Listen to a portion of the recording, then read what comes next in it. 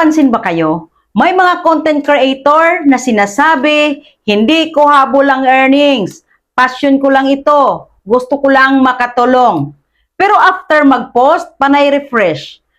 Panay tingin sa views, panay check ng earnings dashboard. So alin ba talaga?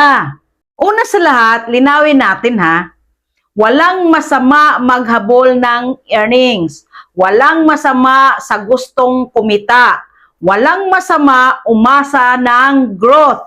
Ang problema, yung denial. Yung kunwari, wala kang pakialam pero apektado ka kapag mababa ang views. Bakit nangyayari ito? Kasi deep inside, lahat tayo gusto ng result. Validation, recognition, income, at growth. Natural yan.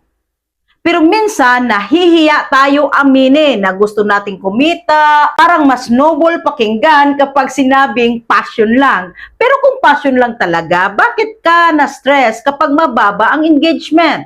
Kapag nagpo-post ka consistently, nag-i-invest ka ng oras, nag-i-edit ka, nag-iisip ka ng script.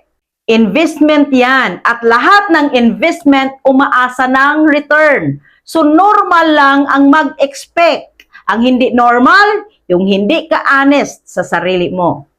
Ang problema, hindi yung pag-check ng views. Ang problema, kapag doon umiikot ang value mo. Kapag mataas ang views, masaya ka. Kapag mababa, parang wala kang kwenta. Kapag mataas ang earnings, ganado ka. Kapag mababa, gusto mo na tumigil. Ibig sabihin, nakadepende ang confidence mo sa numbers. At delikado yan kasi ang numbers pabago-bago. Pero ang purpose mo, dapat hindi. So ito ang dapat mong ayusin. Una, be honest. Sabihin mo sa sarili mo, oo, gusto kong kumita. And that's okay. Pangalawa, separate purpose from performance. Ang mission mo dapat mas malaki kaysa metrics. Pangatlo, focus on value, not validation. Kapag ang focus mo ay makatulong, mag-improve, magbigay ng quality, doon kusang lalakas ang earnings. Pero kapag earnings ang inahabol mo araw-araw, madali kang ma-frustrate. Hindi masama kumita sa content creation. Actually, reward yan ng consistency at value. Pero tandaan mo ito, kapag mas mahalaga ang dashboard kaysa development mo, mabilis kang ma-burn out. Kapag mas mahalaga ang views kaysa voice mo, mawawala ang authenticity mo. Kung content creator ka, aminin mo sa sarili mo ang totoo. Gusto mong kumita? Sabihin mo. Gusto mong lumaki ang views? Sabihin mo.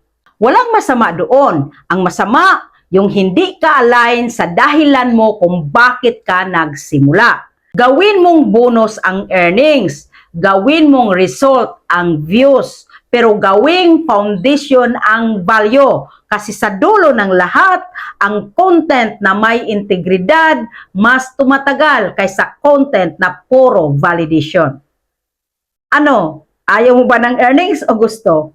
Paki-comment, like, follow, and share.